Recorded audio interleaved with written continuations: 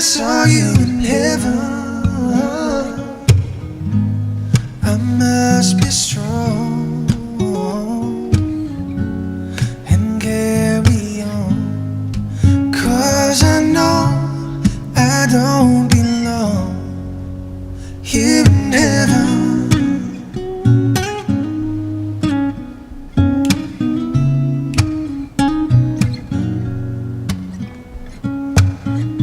Would you hold my hand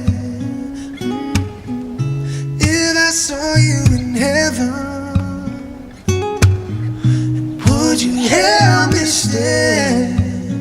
Oh yeah, if I saw you in heaven, I'll find my way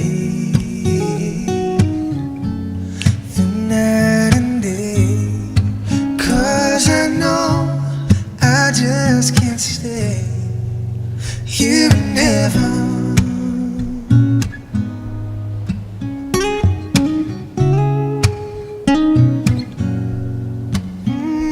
Yeah. Time can bring you down, time can bend your knees, and time can break your heart. Have you begging, please? Begging, please, oh no, no. Oh,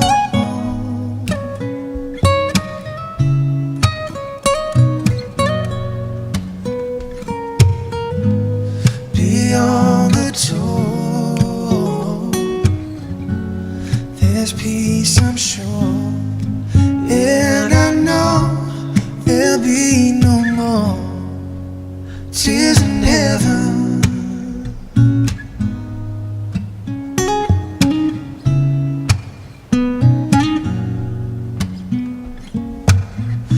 Would you know my name if I saw you in heaven?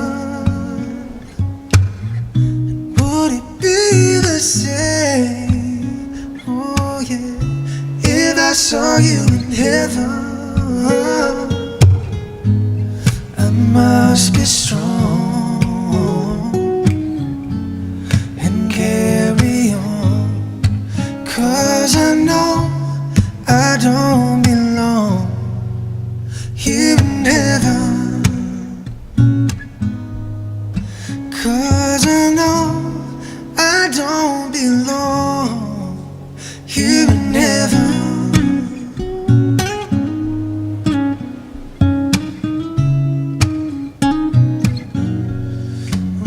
Tears in heaven.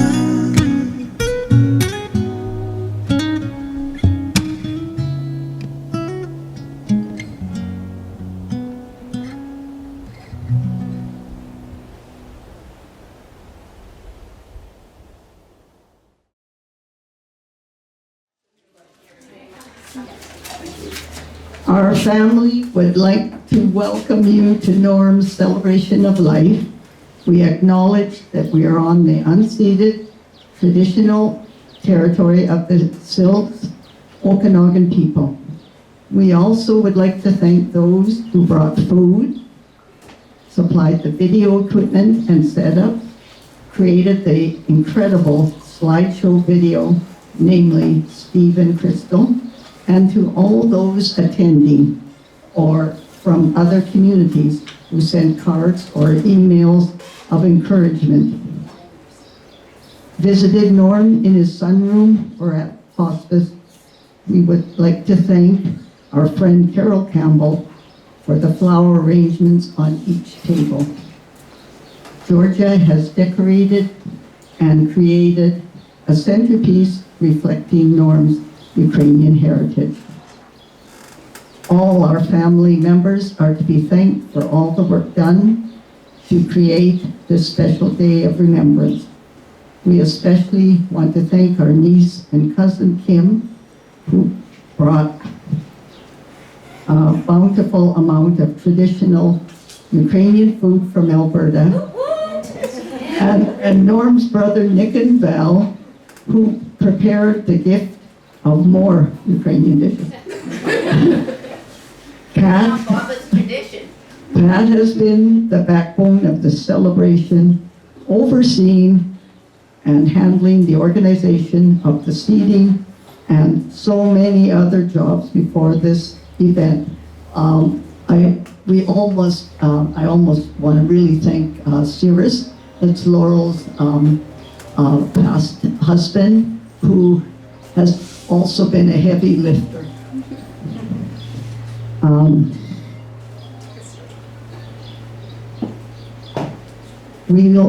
This is going to be a bit of the agenda. We will have our speeches first with the prayer and scripture reading by Pastor Colby, myself, Laurel, and Norm's brother Nick. Laurel's former husband Cirrus, still always part of the family, will speak and sing in a celebration of his many years of memories with us. And he and Helena, who's an opera singer, and she sang for Norm at hospice. They will also, after the slideshow, while we put out the food, we'll entertain you with singing and maybe, I don't know, drum work. And Laurel's, okay. We also acknowledge the many years that Laurel's partner Bonnie, now deceased, was a much-loved family member. Helena, a former student of Crystal's, a nurse, and opera singer, will sing 2 special songs in memory of Norm.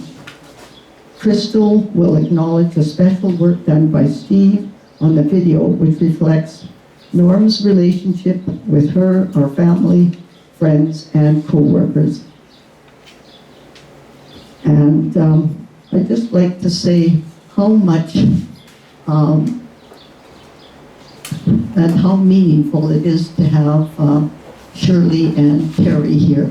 Terry is Norm's birthday buddy. They were both born on the same day and same year, and he's having a little bit of health issues, and it's really nice that he could come.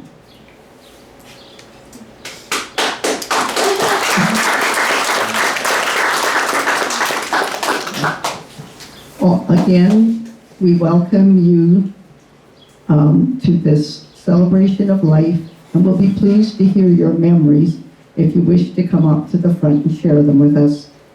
After the speeches and video, I will ask you to mingle outside while we get up the food, set up the food made by many hands, including those of Ukrainian heritage.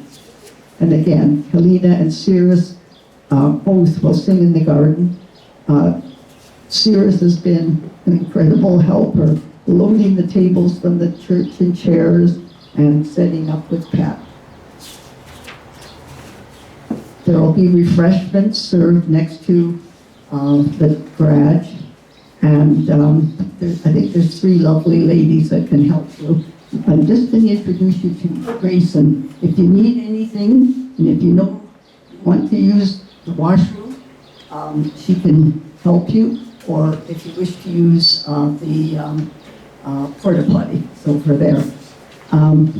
You're welcome to wander about the grounds and the garden. The hostages will have helped you with parking on the wide shoulders of Matthew Road in Sealy. Our nephew, Greg Gordichik, will say the grace and blessing of the food. Thank you again for coming and celebrating Norm's life with us.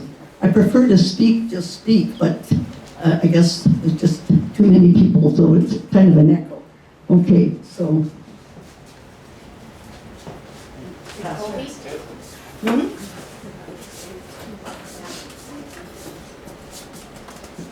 You could go maybe to the back. Yeah, I'll go. Yeah. Okay. Thank you.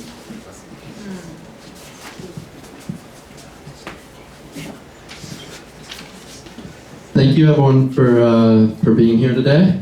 I was very honored and thankful for the family to invite me to come and speak, and yeah, I'm just very humbled to be here right now.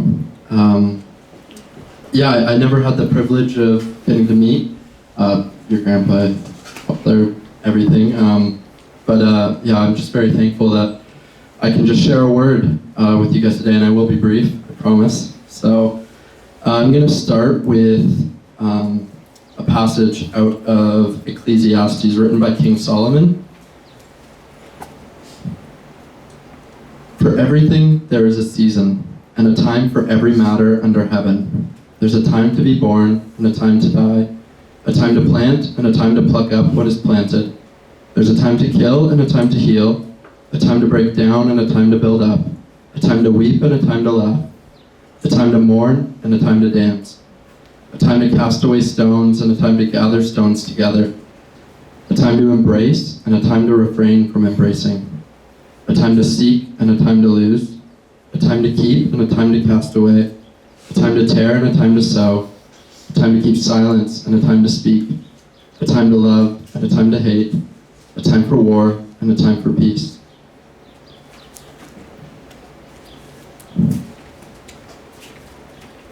One thing that strikes me when it comes to moments like these where we all gather and remember someone's life is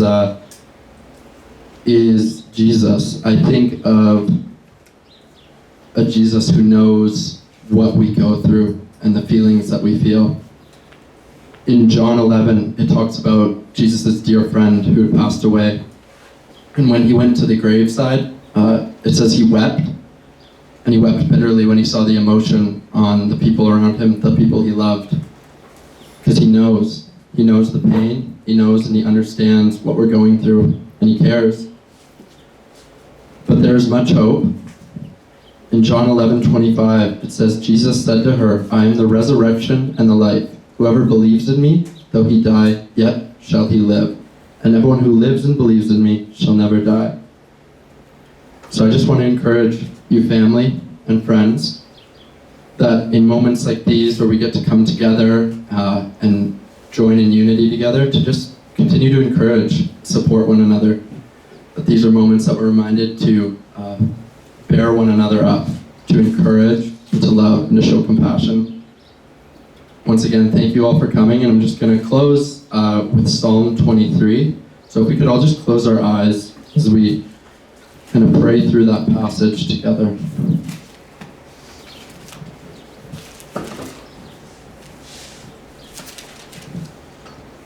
The Lord is my shepherd, I shall not want.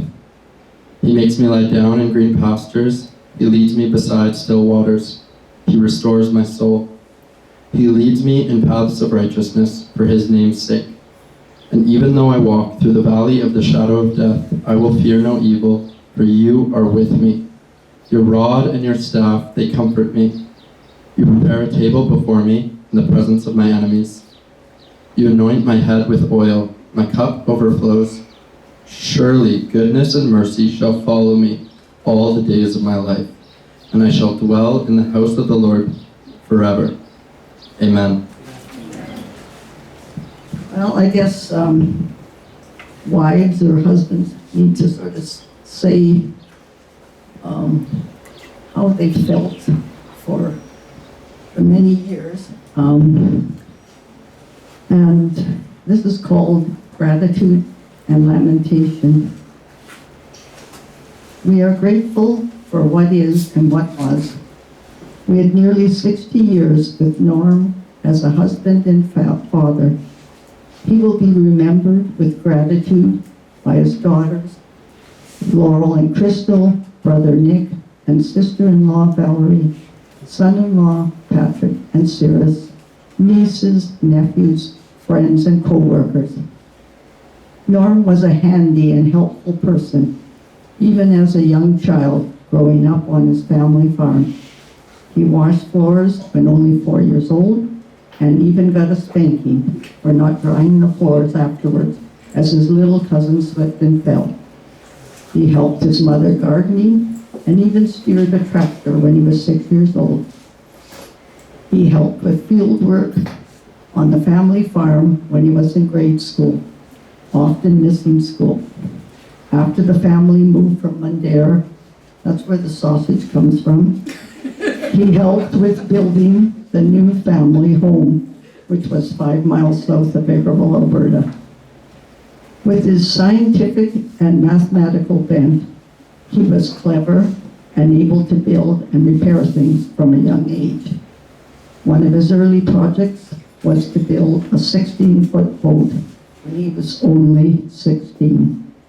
He built other boats during his long life. He was also an inventor in a very practical way.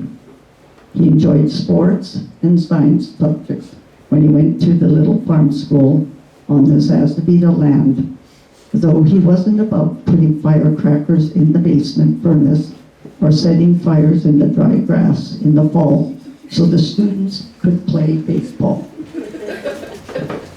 After grade school, he took the school bus home, to school in Vegreville, though he walked or ran home in the prairie winter after curling or playing pool. I believe he and I met at a family wedding, and we dated for about a year. I thought at that time that he was a solid character with good values, though the Zaseybida boys could be full of mischief and mayhem. We married, had a baby girl, Laurel, and during this time, Norm worked for a finishing carpenter and also for my father, who had an electrical company in Vegreville. We lived in Vegreville for 2 years before coming to Prince George, which we thought was the city of opportunity for young couples. Norm worked for a new company building homes in the city and later as a subcontractor and contractor for speculative homes. He also worked for the Department of Indian Affairs and later built homes on reserves in the Prince George area. You will hear some music from those days by Creedence Clearwater that reminds me of those days. During his time in Prince George, he became a licensed electrician. For several years after we moved to Prince George, he was a JC involved in many community projects. Friendships were made and have been kept to this day. And Crystal's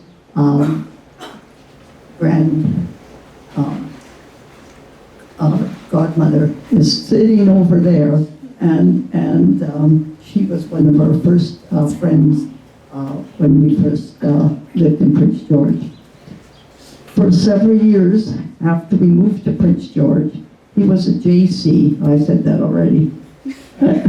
Well, in Prince George, we rented a basement suite, and a year later, rented one side of a duplex. We bought our first house, which was a wartime house on Elm Street, near Fort George Park in 1967. Crystal was born that year as well. Norm totally renovated it, but after 3 years, we moved to one of his spec homes on King Drive. Our children had a happy childhood in this neighborhood, attended Highland Park School, and had many adventures. During the time we lived there, Norm and I made friends with people from many ethnic backgrounds. Prince George was a boom town and a place of opportunity and the promise of future growth. We also have many happy memories of our times at Clucas Lake with the Dietrich family. Norm was a lifelong friend with Dave, who also loved and lived to fish. After 3 wet and cool summers in Prince George, Norm had the opportunity to move to Kelowna to build homes for 3 brothers. Norm often said he built or supervised the building of more than 1,000 homes in his building career. He did build other types of buildings as well. He was construction supervisor for Canadian adult gated communities and for Gallagher's. During our 47 years living in Kelowna, we moved to several homes or properties. Often many of these homes needed major renovations.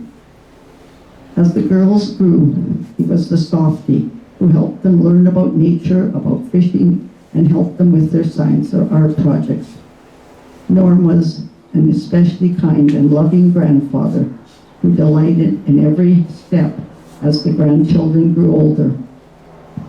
Later, when they were in their teens, he was the uber grandfather. Norm has been grateful for his two son-in-laws, Patrick Sweet and Sarah Sheriff.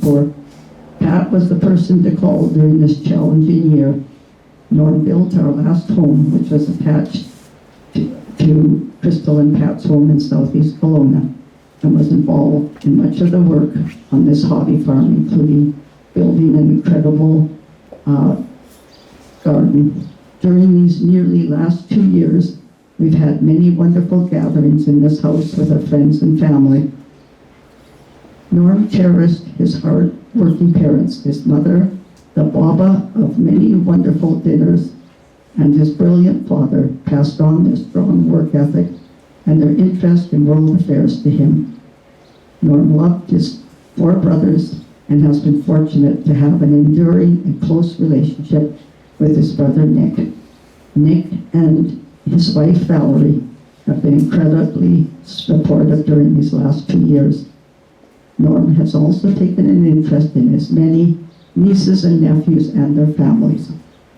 There have been many friends who have passed through his life, from his boyhood pals to people he worked with, and to the beloved, irascible Dave Dietrich, the best fishing buddy ever.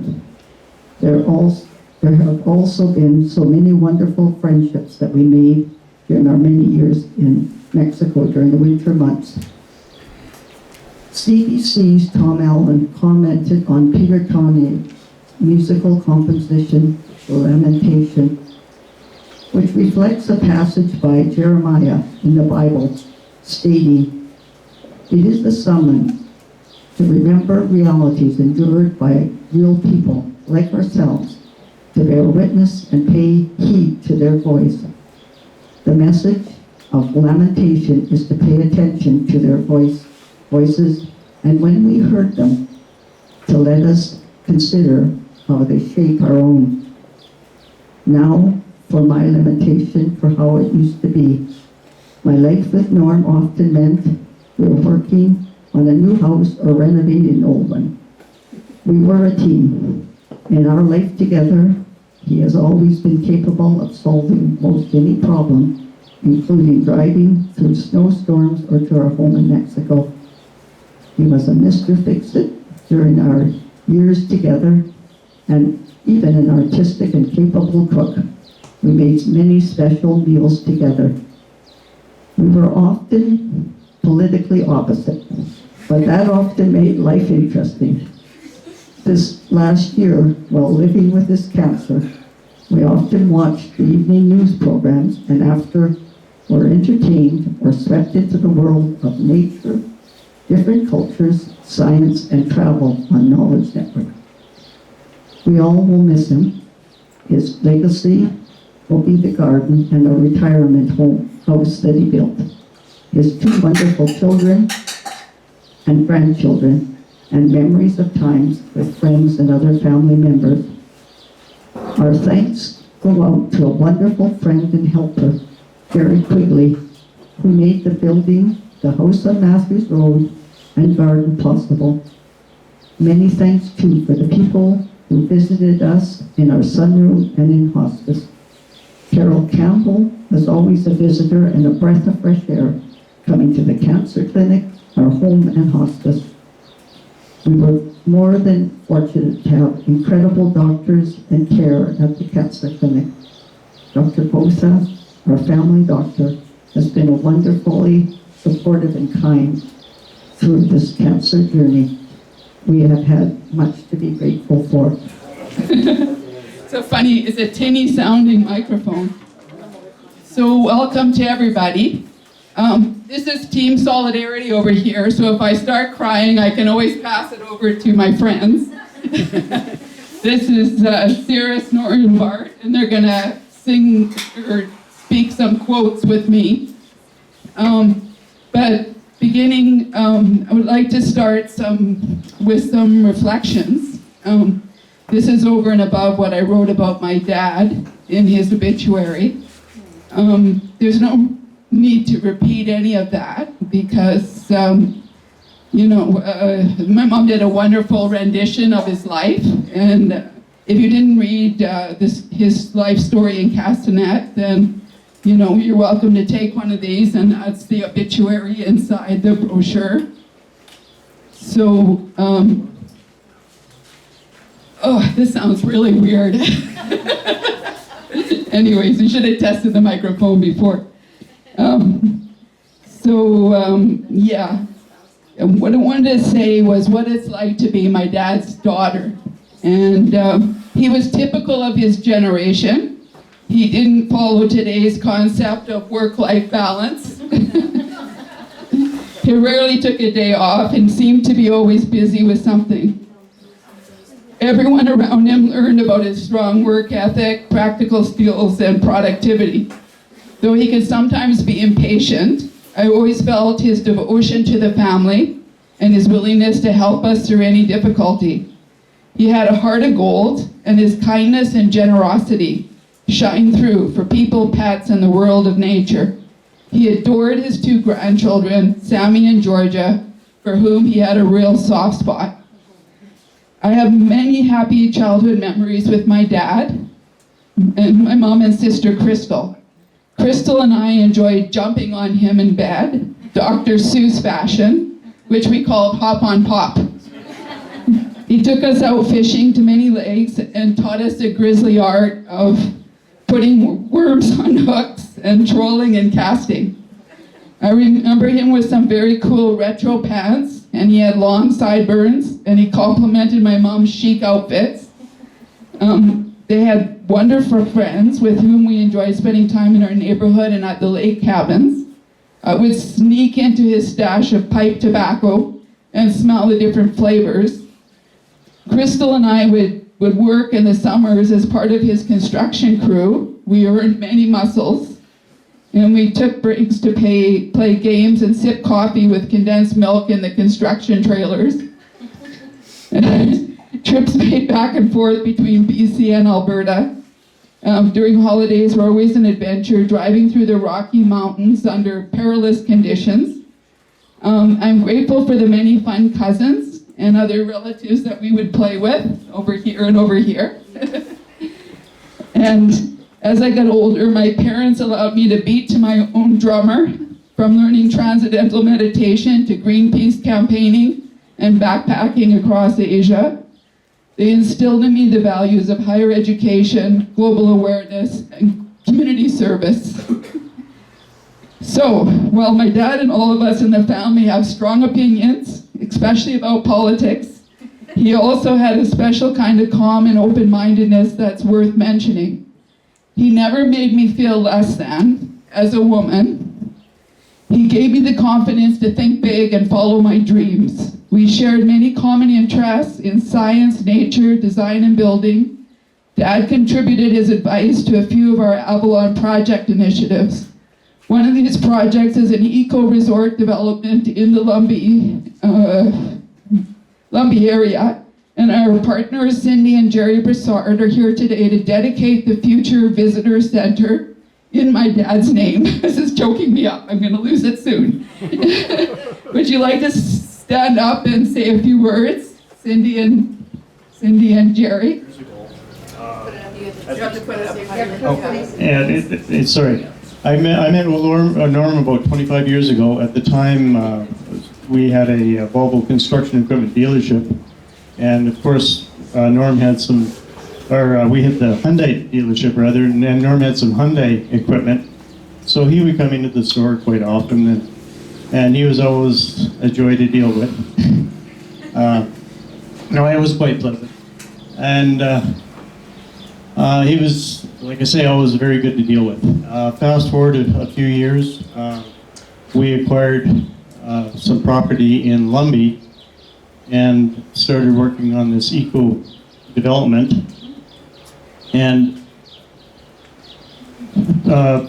Norm was involved with this with his daughter Laurel. So it was kind of a joy to start working with Norm again. And unfortunately, he's not going to be able to see the project through.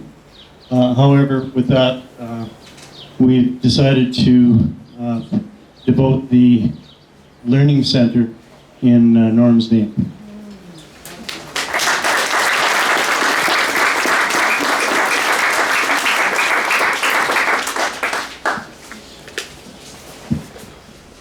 And 3 years later, we got engaged, and I came to Canada. I didn't know where I'm heading at all. I had no idea.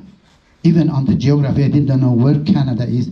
Forget about Canadians. I didn't know how they look like. This was the only Canadians I knew. So I came to the land of unknown expectation.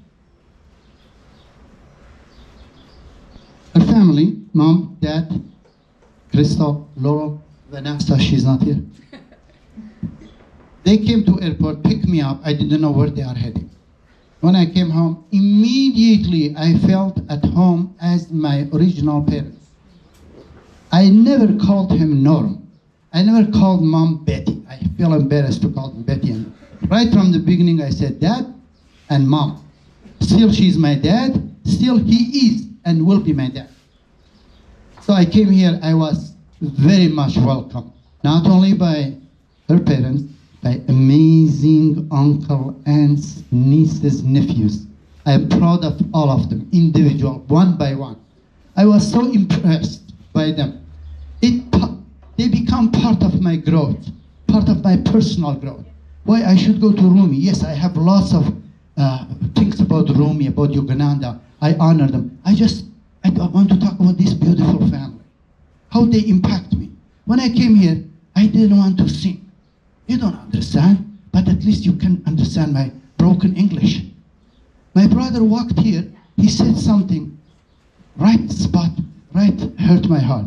He said, this is the wall of inspiration, admiration, and growth and learning.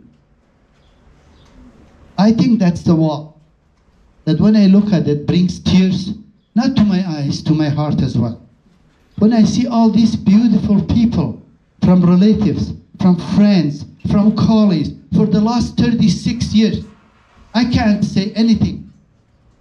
I cannot really put it in words. I cannot really express myself. That my heart is barely bearing me. I cannot stand for myself. I am so emotional. I am so honored to be part of this beautiful family. Not only me, my brother, my sister-in-law, my nephews. I am honored to be here. I am honored to know you all one by one. Maybe I do not remember all the names, but I know all your beautiful faces. I know all your beautiful energies. And I am honored and blessed to be alive and express myself to all you guys. I pass it to my beautiful friends, Nora and Bart. Thank you, Rumi.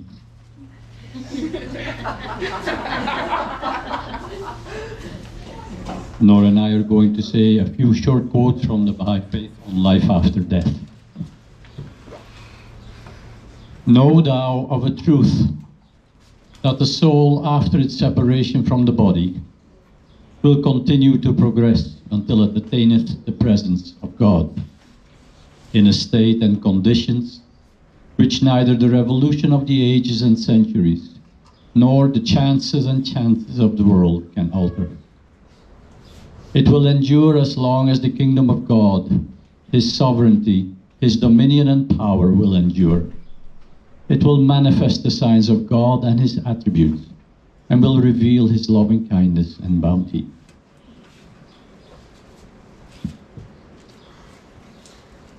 Before I say the next Baha'i quote, I wanted to say that 40 years ago, Laura and I, we were at college, Okanagan College. There was no UBC then, together in a class.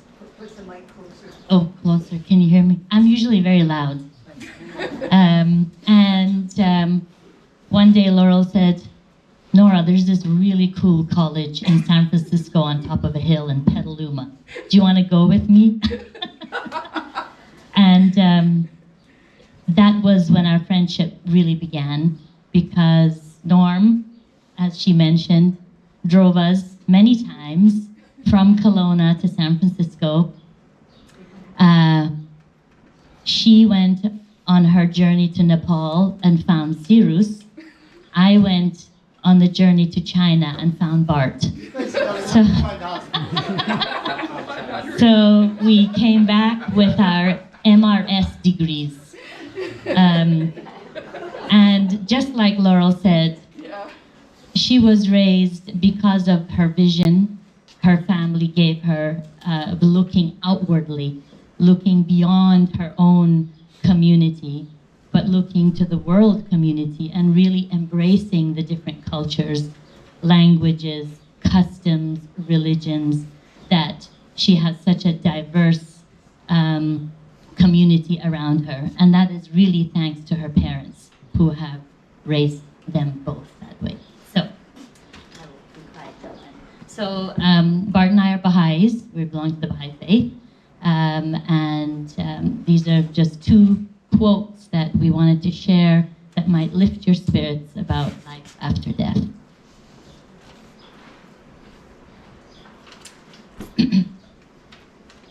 To consider that after the death of the body, the spirit perisheth, Abdu'l-Baha said, is like imagining that a bird in a cage will be destroyed if the cage is broken, though the bird has nothing to fear from the destruction of the cage. Our body is like the cage, and the spirit is like the bird. If the cage becomes broken, the bird will continue and exist. Its feelings will be even more powerful, its perceptions greater, and its happiness increased. Yeah, wonderful. Thank you so much. I am going to read just a couple quick ones from Rumi. And just, and I agree, like, you know, Cyrus lives Rumi. Cyrus is in the spirit of what he grew up with in that amazing culture. But I'm just going to share just a couple quick quotations. So this is Rumi. I was dead, then alive, weeping, then laughing. Die happily and look forward to taking up a new and better form. Like the sun, only when you set in the west can you rise in the east. And here's another little quick one. Everyone is so afraid of death, but the real Sufis just laugh. Nothing tyrannizes their hearts. What strikes the oyster shell does not damage the pearl.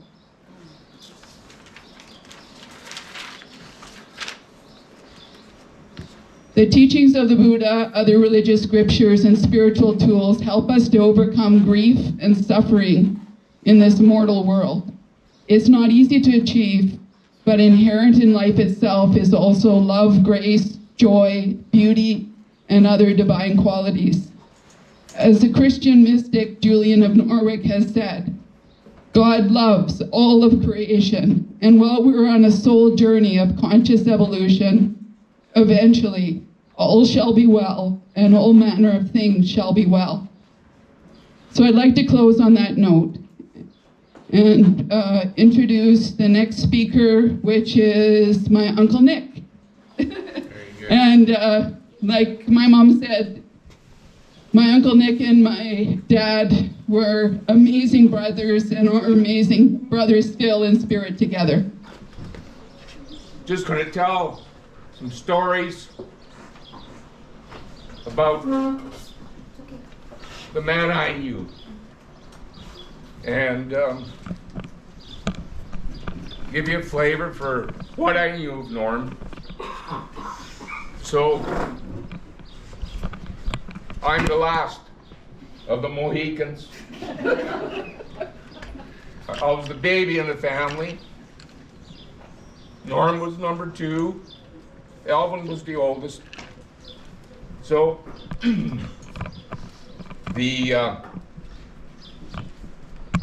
I'm in the Vegreville area, so we're 5 miles south of Vegreville. And in '53, my parents built a new house, and I knew one relative was involved in building it. I didn't know Norm was, but he was born carpenter. My mom's dad, Javanka, was a carpenter, and Norm just came at it naturally. He had a good eye for a level and trueness and stuff like that. So and he loved his boats. So our farm bordered on a country school. It was a one-room school, and a lot of the kids would walk across. We had to, Norm, my oldest brother, Norm, and Dennis went to the country school. And it was a mile across, so everybody tells you stories about having to walk to school. Well, they walked to school, across the field, and a lot of the neighbors had a path across our farm to the school. And so one of the things Norm helped do once in a while was put coal in the furnace in the school. And it wasn't firecrackers, it was shotgun shells that they would take the pellets out of them, and sometimes they'd go put the coal in there and they'd throw the shotgun shell into the furnace and the thing would explode, and then they get to go home for the day because they have to clean up the furnace. Norm learned to stand up for himself in grade 1. One of our neighbors, Roy Baxnell, was calling Norm cabbage head. So he came home and he was complaining to Dad. And Dad says, well, when he says that next time, just punch him in the nose. And so the next day he went to school and punched him. Roy called him a cabbage head. He punched him in the nose. And so the neighbor, Dad, phones over. We're all good friends. And, says, Norm punched Roy in the nose. Dad says, yeah, he called him a cabbage head. And that was it. There was no, best of friends and everything else, and they were good friends after that. But that's how you dealt with bullying back then, and it actually kind of worked.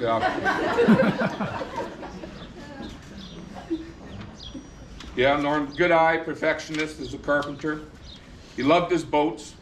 One of his first contraptions was we had a river that came past our house on the farm initially, and then the road got diverted. The road got rebuilt, and the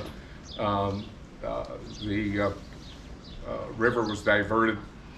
But when the river came past our house, Norm built some type of raft, but he used a fuel barrel, and somehow he had sideboards on it. And then Brother Alvin was the test pilot, but it just would flip around, so he got dumped in the river. That was one thing that didn't work out for him. One of the first buildings I knew he was involved in, and same thing, he's like 15, 16, that he built a hoggery. It was with family, relatives would come and help out. That's the way a lot of stuff was done out in the farm, and we had lots of relatives.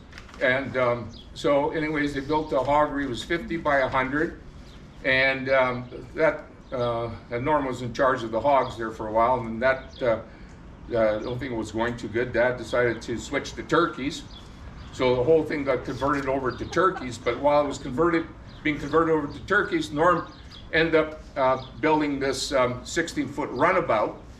And the doors, he measured everything, but by the time he built the boat inside this building. And when he went to take it out, the boat was too wide to go through the doors at an angle, and so he had to take the frame out to get the boat out of the house, or out of the building. Dad was impressed with that, what Norm had built that boat, plywood and fiberglass. He built funded a 75 horsepower Scott motor, and there's a picture of the boat on the wires there. So that was his first real runabout that he built. With the Bay of Pigs invasion in '61, well, a lot of people took military training. And so Norman and Alvin were taking military training in Vegreville at the Armory. And when they come home, they would practice their judo. And so one time when they were practicing, Norm threw Alvin, and he hit the wall, and he actually went right between the studs, and it was just an oval hole in the wall, and that stayed there for a long time. Never. He was he was a bit of a trickster, and could have come up with some smart aleck comments and different things. But as a kid growing up, and we'd be dishing out pie or cake or something, and Norm would say to me, "Oh, what piece do you want?" So you have to choose. So he'd cut it part way, and then whichever piece you chose, he'd make it smaller. He'd score it with a knife. One of his first cars was a Studebaker Hawk, and then he got a white Buick Special, and his good eye in carpentry and levels and stuff allowed him to be a pull haul shark. And with the pull haul shark, he was able to gamble and make money to go out and date Betty. And it was a different world back in the 50s and 60s, and even into the 70s. A lot of these small communities, there's a lot of rivalry, and it would be, country dances and go to country halls, and they go to the town's hockey and fights. There was always fights. Fights broke out between the rival towns and different areas.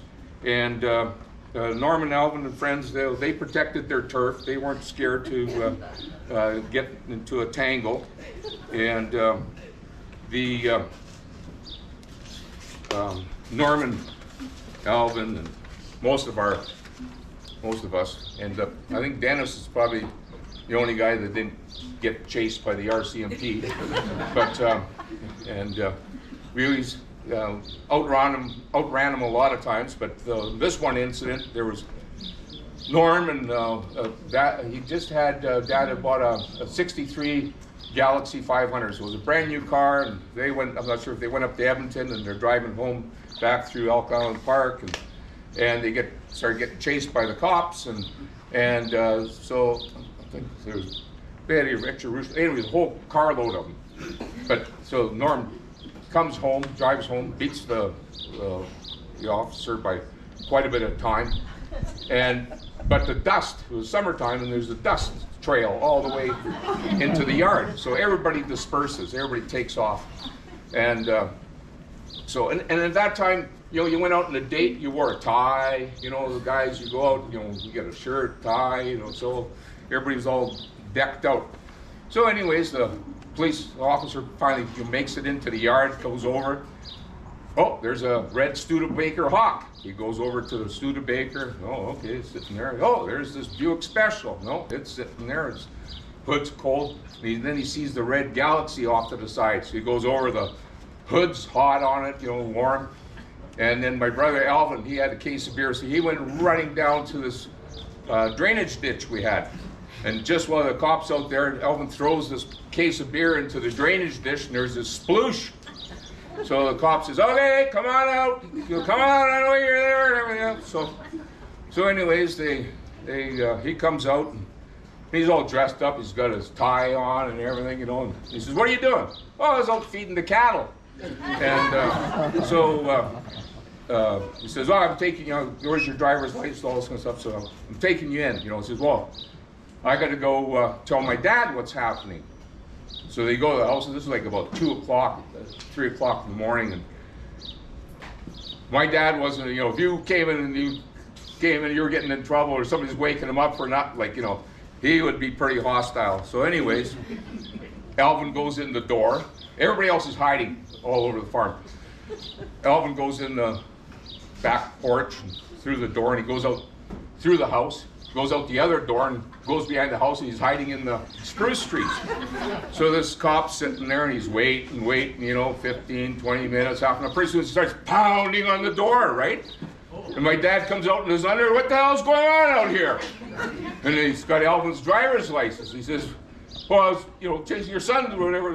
"I don't know." He says, "You tell him to be at the detachment tomorrow at a certain time, like 2 o'clock in the afternoon." So in the morning, it's a Sunday, and Norman's got his boat that he built, that runabout. So Alvin and them, they all go off to the lake, and they go boating, and by the time they get back to the detachment, it's like 6 o'clock in the evening, right? So they stop in on the way home. Well, everything was gone. They had a commissioner oath. They were going to charge them, do a whole bunch of stuff. And everybody was gone. They waited for hours for them to show up, but they were out boating. So.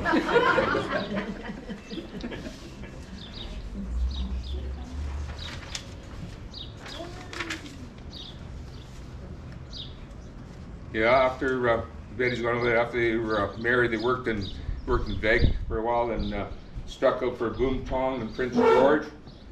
And Norm was telling me, you know, one of the first jobs he had, he just got this job installing doors, and he always liked, he'd sharpen a plane up, and they'd taken it, shaved the hairs on his arm to show how sharp it was. Well, he sliced himself, and but he was bleeding all over the place, and he didn't want to tell the guy, and he wanted to keep the job, so he actually should have had stitches, but he ran home and he wrapped himself up, bandaged himself off, and came back to work. But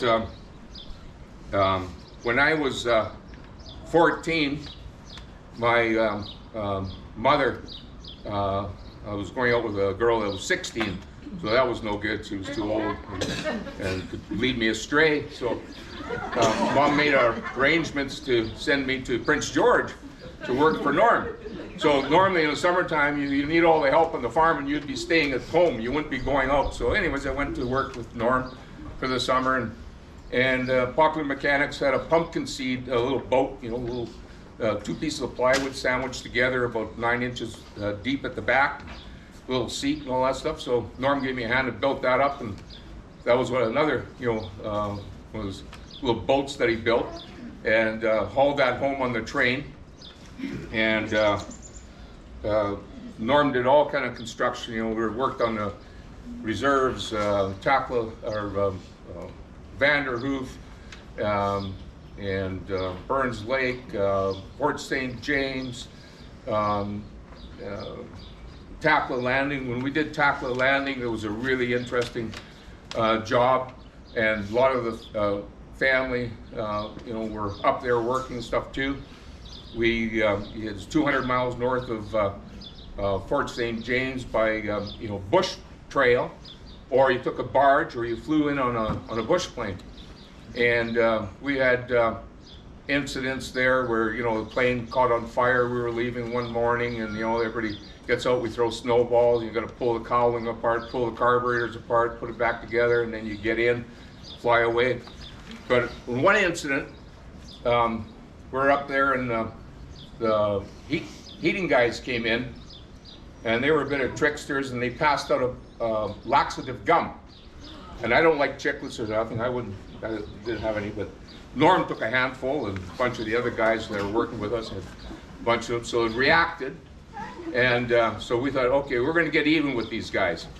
So we made a plan that we were living above a trading post, and we put mineral oil in the orange juice. We mixed it all up, and everybody knew in our crew, okay, don't drink the orange juice, you know. So the guys are sitting having breakfast with us, and they won't touch the orange juice. So Rob, my brother-in-law, Ward, we said, well, we had a bunch of bacon cooked up, so we just poured the mineral oil all over the bacon. So we thought, okay, we'll get them with the bacon.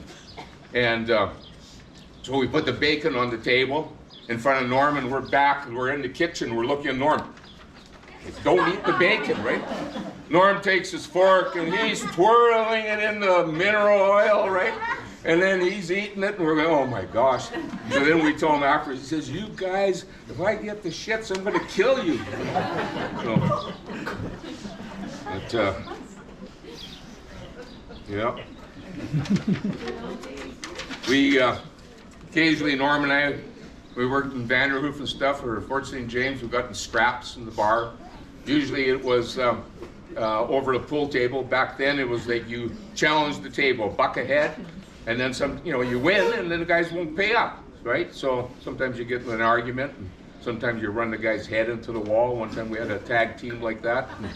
Well, I ran one guy's head into the wall, and the other guy went to jump on me. Norm took care of him. So we had, we were arm wrestling champs. We used to arm wrestle in the bars, and Norm and I were pretty even arm wrestling, but he cheated every once in a while. He'd put his shoulder into it and then get you, right? So, but you know, we Norm came out, and my parents sold their farm. Norm came out, and all with my other brothers, Brother Leonard arranged for the lumber for our parents' house, and other brothers, we all framed it. When we sold our family farm, I kept 35 acres. Norm gave me a hand to build a A-frame on it. Never built something like that. And then I came up, Norm and Betty were on Lake Shore, and Norm had cedar cabinets. So I came up and he built the cabinets for me, and we were cutting up the pieces. So I'm working, and there's just stacks, right? There's just stacks. So all it was, what do you call it, Alicia, with the inlay? No, they're the same. I can't think of the design. Anyways, they were all inlaid, but there were stacks of them. Shaker cabinet doors and stuff like that. So I'm going, oh my gosh, we cut up all this stuff. There were just piles and piles of stuff. But we put it together, it just fit like a glove. And that's why, Norm's stuff was construction. He was a perfectionist, and he did a really good job, and good work ethic. I have the same work ethic, and I like the work ethic that I have. And my work-life balance is a little different than other people's. So and we're up, and Norm was very resourceful, and when we were up doing this Takla landing thing, we went up, he brought a little HD4 up there. We cleared about 3 acres of land, used this little tiny crawler. You're taking down big trees. We floated the whole area. We poured a school basement, and again, it was, I don't know, maybe 40 by 60 or something, but by hand, 2 cement mixers. One day we ran out about 10 o'clock at night, and Norm had to drive up to the next reserve to get some cement, and it was just on the railroad tracks. We weren't in yet, but the railroad bed was there, so we could finish up the job. Back then, Norm was referred to Stormin' Norman when he was young. Before that, when we were growing up, my brother Dennis called him Max, so we used to call him Max when we were kind of young, and he started out in Prince George, and his name was Max. Then he was Stormin' Norman, and then I think Jerry coined the word Pooh Bear. He kind of softened and was a little not as stormin'.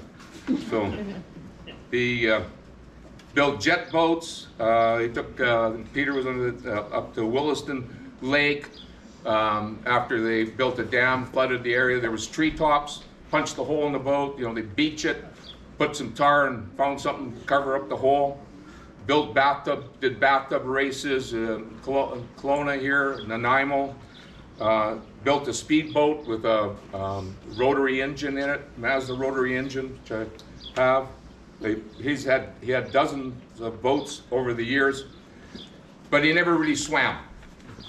And so on one of the fishing trips, we're out with Peter and Max cabin and stuff, and we're coming back in, and we had parked our car in China Creek partway back to Port Alberni, and Val and I get out, and Norm's racing back to Port Alberni, but and he's got to beat us. We're driving down the road, he's going to beat us on the boat. So sure enough, he gets there, and we pull in, and we see the boat kind of sitting by the dock.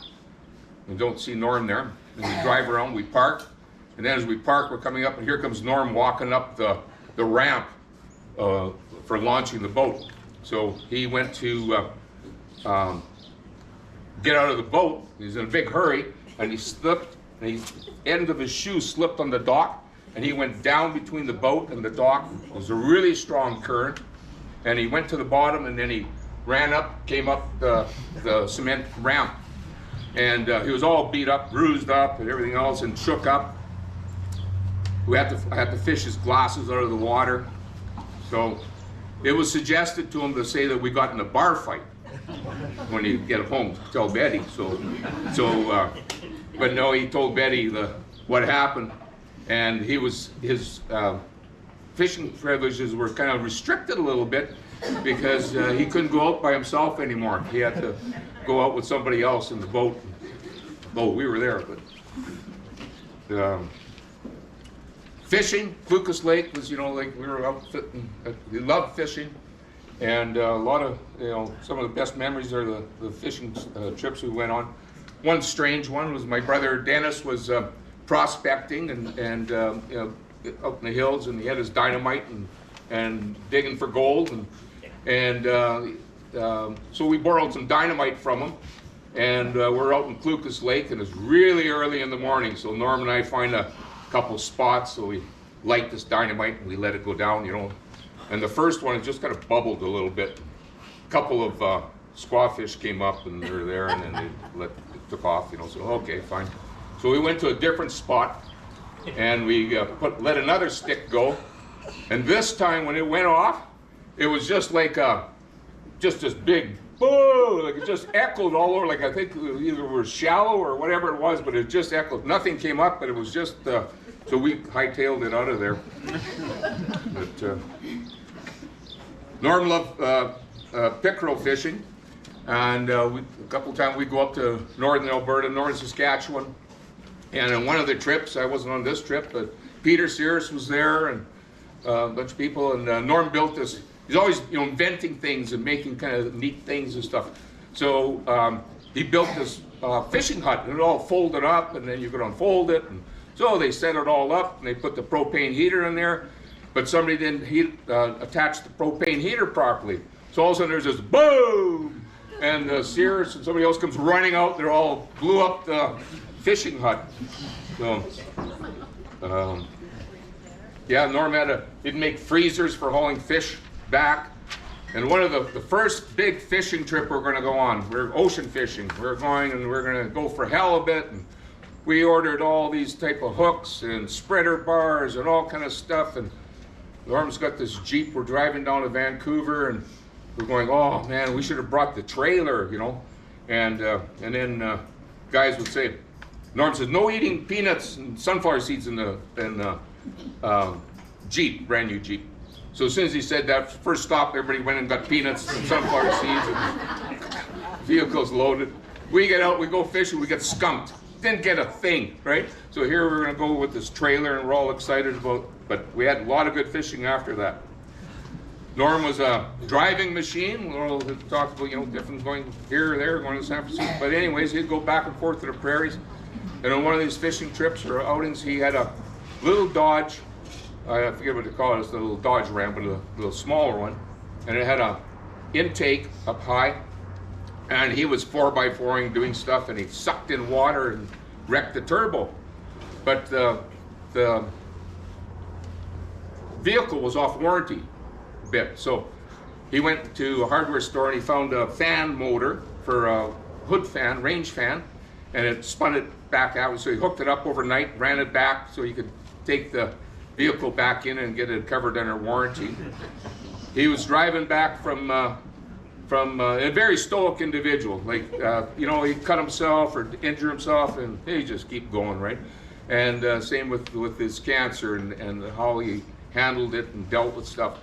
But he was coming back from Alberta, and two semi-trailer trucks, one going one way and one going the other way, and he was stuck right behind one, and it was really heavy, wet snow. And the slush hit him, and the truck went caught the shoulder of the snowbank, rolled end over, like kind of went end over end, rolled and landed on its wheels. But he wasn't wearing the seat belt. He ripped the steering wheel off the shaft, off the steering shaft, and flew across the door and put a dent in the door on the passenger side. But, you know, that's, and he said, I could have drove it home if I had a steering wheel on it. But he wore seatbelts after that. Yeah. He made his seatbelts up until that point, and then he always put one on. Yeah. He was, Norm had this thing for, he wanted to build a perpetual motion machine. So at one point in time, he had one he built years and years ago, and he built one not too long ago. He was working on it. Never worked. We thought the theory was good. You know, energy is not created or destroyed, so once you get it going, it was basically transferring water from one part to another. So he made these couple different devices, but they didn't pan out. He was my mentor. a lot of advice and physical help from him. We shared much of the same work ethic and political incorrectness. I'll miss his calls. Val and I'll miss his calls. Quite often he'd call up and say, you know, I'm going to go for lunch. And sometimes he'd pretend we're going to go for breakfast someplace or doing something. Oh, I know you like pancakes. Let's go here. You know, but actually we'd go for a burger and a beer. So. When I was saying my goodbyes to Norm, before I left, about 2 months before he passed away, we were going out to the Maritimes, and kind of said my goodbyes and said I'd see him on the other side of the fence, and if he was gone before I got back, and teary-eyed, and I took my glasses off and put them by his night table, and I went out and oh, I don't have my glasses. So I went back in to get my glasses, and I said, I forgot, and he cut me off. He says, what, my forwarding address? And I wasn't fast enough because I know his forwarding address. It's heaven.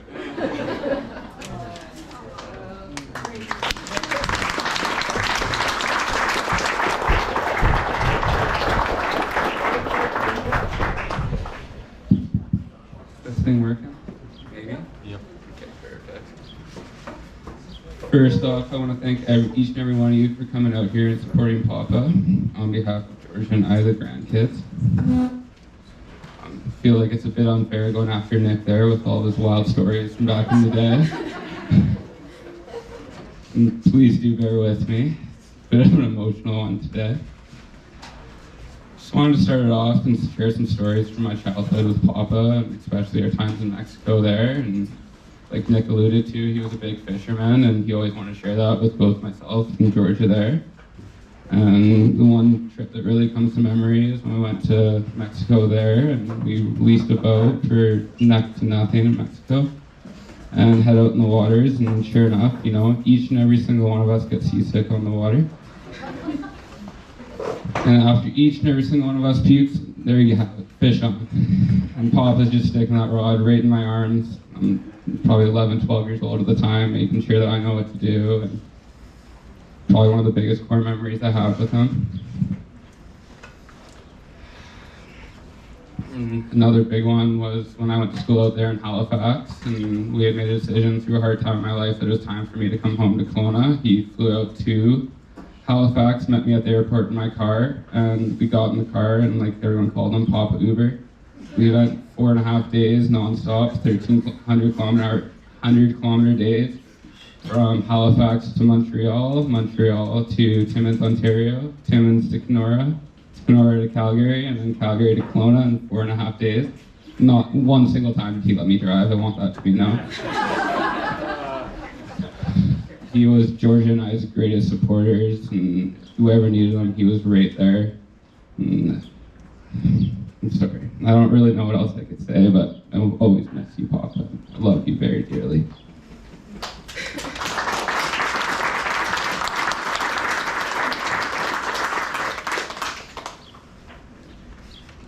That's gonna make me cry. Okay. I have a couple things that I want to share about my Papa, and starting off with my Nana and Papa have been and continue to be some of the most impactful people for both Sam and I. They've been the biggest support for us since the days we were born, and they've been there ever since. For countless years, I don't know, when I was like 8 till who knows when, I lived with Nana and Papa 1 day a week. Tuesdays always meant that Nana picked me up from school with a very precisely packed snack, and she brought me to Ukrainian dance. Later, Papa and I could be found giggling, trying to sneak blue cheese scraps under the table without Nana noticing, which we never once succeeded. And after that, we'd all have our bath, Papa first, then Nana, then me. The water's kind of gross. That's okay. And when I was a little older, I was allowed to stay up and watch part of their evening show before going to bed. And then as I grew up, I aspired to learn as much from him as possible. As people were talking about, he had the most insane work ethic, and set of abilities. He put everything he had into every project, and I'm just so grateful to being able to see that even after he got diagnosed, it did not change. He built that fence with stage 4 cancer, and he was insane. I had the privilege of working alongside him with his projects on a lot of occasions, and I loved being able to see his brain work. He'd always say, just a minute. He'd stand there and he'd think, sometimes for a really long time. Anybody else who's held a piece of plywood on the other side of a table saw while Papa was thinking also knows what it's like for time to stop. He was all feeling in all of your arms. But it was such a joy. He built my tack room in my barn. I just told him what I wanted. It was there the second I designed it, and he was incredible. The amount of places and things he built never ceased to amaze me. I started my job at Gallagher's Canyon a couple months ago, and he was very eager to ask me how I liked it. And Sam and I both work there now, actually, and we work in the banquet room, and I was describing the windows to him, which are huge. They overlook the first hole. You get to watch the sunset at all the weddings. It's gorgeous. And I was describing it. He's like, I know, I built them. I knew he had built a lot of the housing around there, but he built where we work. He built everything. He built our home. I later mentioned to Gallagher's GM, Peter, that he was my papa, and he immediately recognized him from 25 years back. It's like, oh wait, I know Norm. He was the guy who, if you ever needed anything, you just call him and you get it done right. Someone screw up, call Norm. And since then, he's been very proudly introducing me to all the colleagues and business people as, this is Georgia Sweet, this is Norman Zasebida's daughter, and he's so excited to tell everybody. Since then, I've got 2 promotions. Don't know if that's correlated. Thanks, Papa. Papa and I shared our love for animals and being just feral farm kids at heart. As you guys can see, I have 2 horses. Poseidon there. I've had him since the day he was born, and Papa always gave me some help. Last year, I was trailering to all of my lessons twice a week. And Poseidon's a pretty spicy lad. And he really didn't like the trailer. And he'd get pretty volatile. Since then, it's been fixed, but he would try and rear up on top of the trailer, get his legs stuck, he'd go crazy, and I was at my wit's end, and one day I was like 10 minutes late for a lesson, he wouldn't get in, I didn't know what to do. Papa's in here at this point, he was pretty sick and he had to use his walker, and I'm like, Papa, I don't know if you can help me, but I don't know what to do, or even if he came in on his own. And he went and stood by the trailer door, sat on his walker, said, Poseidon, come here, and hopped in, and I could go to my lesson. As he got sick, he had a couple accidents and he would fall, and that was pretty hard. But one of my favorite stories of that is I was working in the field, and Mom comes calling, and I was filling up a bucket, I think, and she's like, come help, Papa's fallen in the garage, right there. And I'm like, oh, I throw the bucket, I run over, and I go in there, he's laying on his side, he's like, just a minute. I have to, in the perfect position to put a screw in this cabinet, which is that right there. So he felt very, very well.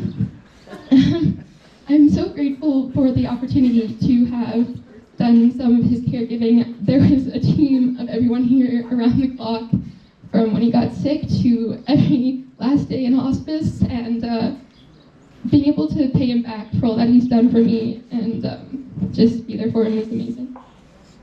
He loved to tell me his stories, especially his little pigs. This was something that I always got him kind of pig presents, got him like a pig plate. I'm getting a pig tattoo with Mom soon, in memory of him, flying pig. And he liked to tell me stories of the piglets that he delivered. Me being pre-vet, we bonded over, he delivered his pigs at, I think he started at around 10. And I would get 10 cents for each pig that survived. I delivered my first foal at 13, and we shared our experiences. He loved to hear about mine and tell me about his, and he's really shaped me for my future career. It's just amazing. He definitely used his roughly 80 years of farm experience over like my 20 frequently to give me a lot of unsolicited advice. In the cold months, he would call me every day. I think the record was 4 times in one day, and said, "Georgia, come here." And I'd go, and he'd be sitting in his chair, he'd be looking at Wilbur, and Wilbur had just ran out of hay. He's like, "Go feed him more. He's hungry, he's cold, he's out there, he's got no food. How would you like it?" I was like, "You guys seen Wilbur? He looks at hay, and he's like dropping dead from obesity." And Papa's always sneaking carrots, telling me how to feed him, and I got really mad at him once or twice, but I will admit something that I will miss. He was just my biggest support with me being a very small female doing a lot of very male tasks. I remember I was working for my dad a little while ago, and he had his flatbed here, and I had the electric grinder, and I was grinding off all the rust, and I guess Papa was watching me from the window. And I had my hair tied back, probably a hat on. I had like goggles and mufflers on and very loose clothes.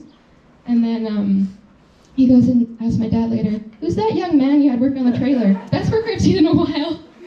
And didn't know whether to be flattered or offended, but I took it. He had an interesting way of complimenting me. He once told me that I was the perfect weight for a pig for slaughter.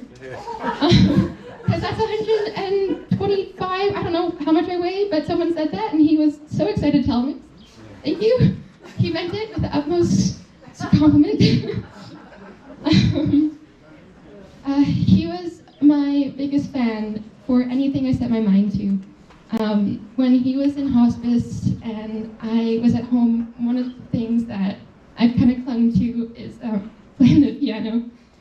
I started learning my mom's grade 8 exam piece, which is Fantasia, the Mozart piece, a couple months ago, and it's been Nana's joy. She's my biggest fan, and we went to hospice, and she said, "You should hear Georgia play Fantasia, it's incredible." And without missing a beat, he responded, "Of course, George is always incredible." He was just anything, if I was worried I wouldn't do well, he was there, and he was telling me how amazing I would be. He was very excited for my upcoming art show, which I'm gonna shamelessly plug in a minute. I started to bring my paints to hospice because I wanted to spend more time with him. I had long days, and in particular, I have a piece here that I finished last night that he was very excited for. I'm really sad that he didn't get to see it finished, but he was there for most of the steps along the way. So, if anybody wants to come to my art show, hit me up and I'll send you an invite. August 31st.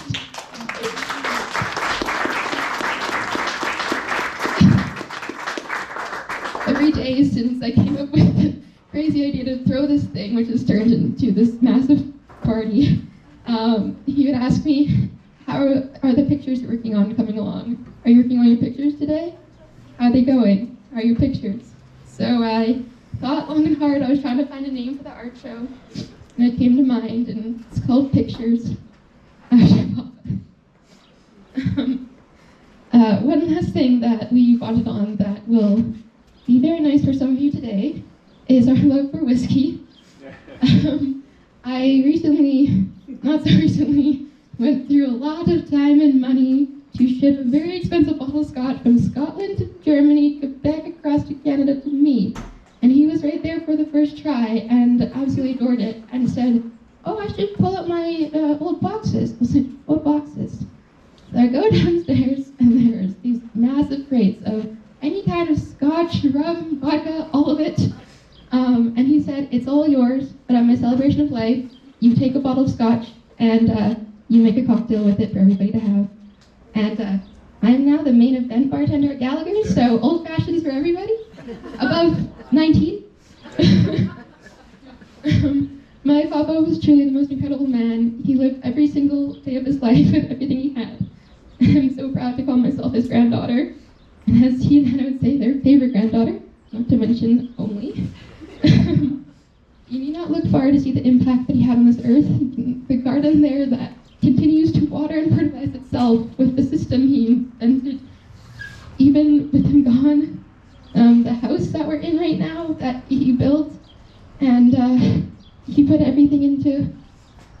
and the fence there that he built, and the family surrounding us, forged by the love of my Poppy. Thank you.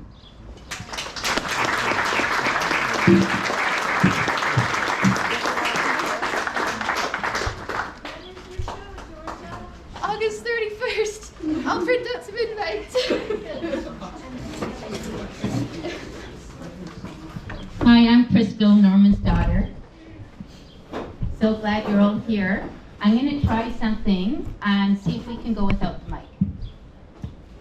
I'll just put it down. I have to channel my PE voice. Okay, I'm a PE teacher, if you didn't know that. Okay, so Papa was my superhero. I really loved him. And I think when you become a parent and when you have grandparents that love your children so much and take such good care of them, it just really is so special. And Papa was like another father and a grandfather to the children, and I'll never forget that in my heart.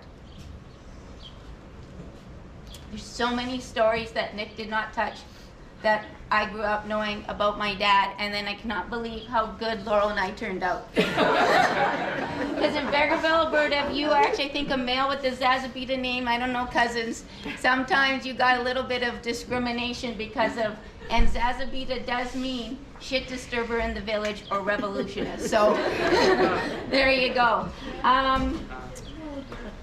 Yeah, and one of the reasons why Papa was a superhero is because he really took a licking and kept on ticking. There was nothing he couldn't overcome. He was just a problem solver. And it sometimes took him a while. He taught me patience, for sure. And it was just, if you had a problem, you always went to Papa. He was very trustworthy, loyal.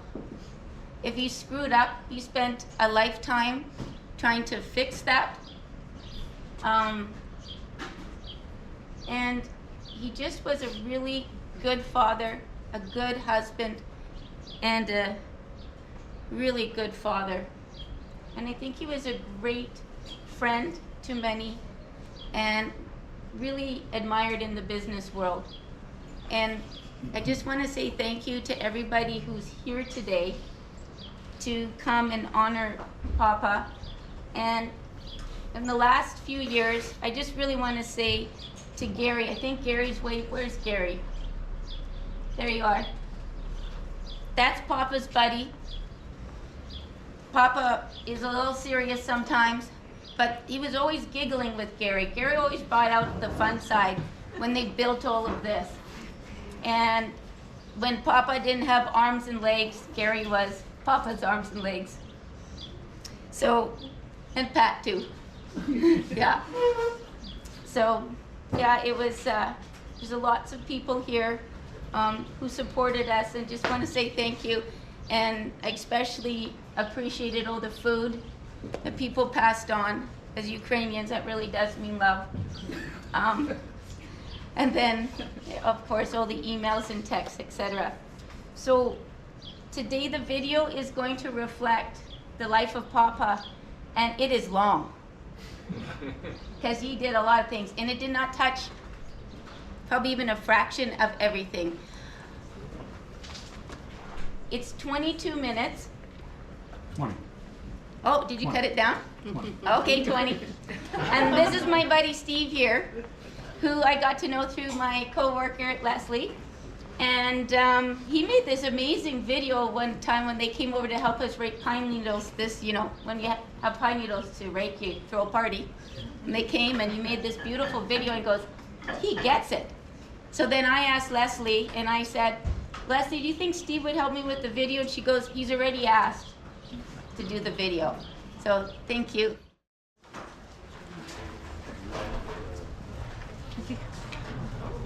Good afternoon again. I believe when we sing or when we talk has to reflect who we are. I'm not here to read romantic songs or sad songs. I don't believe in any of those. I think we should celebrate. I believe death is not end of the journey. It's just a transformational energy that we go from one dimension to another dimension. I had few songs I wanted to perform it, but I believe I should not. First of all, you don't understand. Then I have to make some bullshit out of it so that they can please you. And I'm not that type. But I make it very brief, very short, and very effective, and very inspiring, and very empowering. That what we are really about. I'm not here in a wedding, but I think that little poem says it all. It won't be boring, you won't swear at me, because it will be short.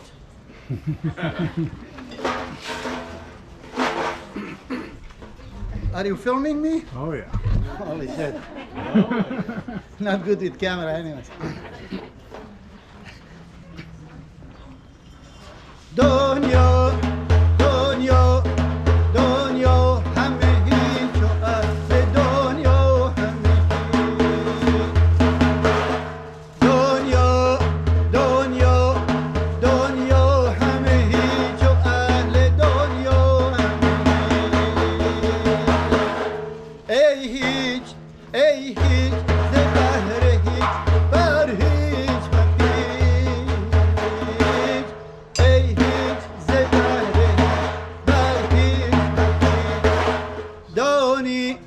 دانی دانی که چه ماند پس تو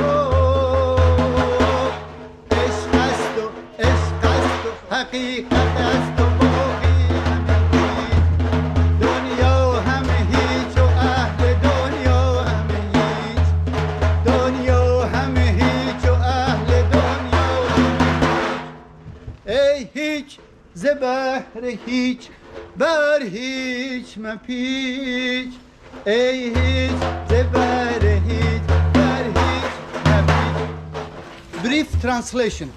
At least you make sure I didn't swear at you. It says the world, the entire universe is about nothing. And you are nothing. Nobody is anything.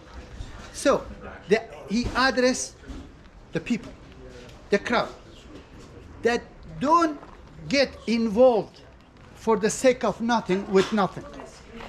So don't pick on each other, because the whole world is about love. Nothing will be left. Tonight we celebrate Norm's life, Dad's life, right? You think he didn't have any shortcoming? He did, like any of us. But we all talk about good part of him. That's what will be left.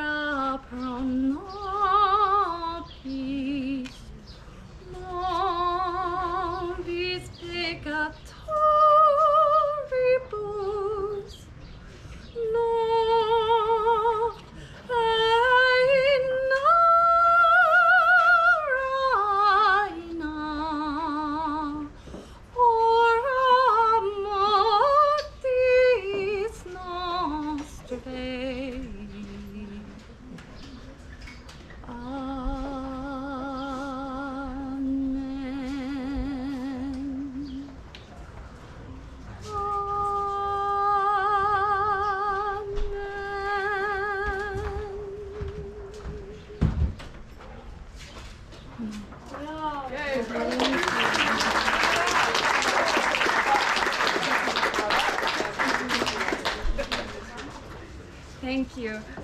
The second song is called Bist du bei mir, and the opening line translated says, "If you are with me, I go with joy," which speaks to how deeply everyone in our circle affects us and how they continue to influence us. And Norm very clearly did that for so many people.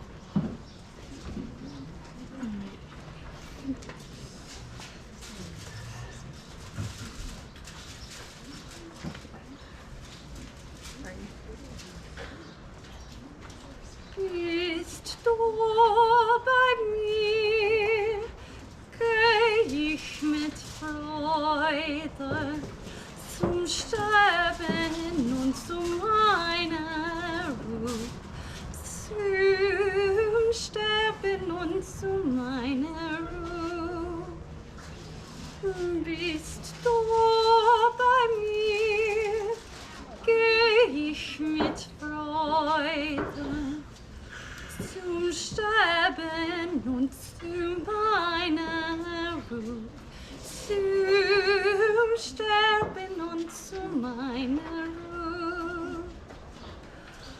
Ach, wie vergnügt versormeinander, es drückt in deine schöne Hände, mir die getreuen Augen zu.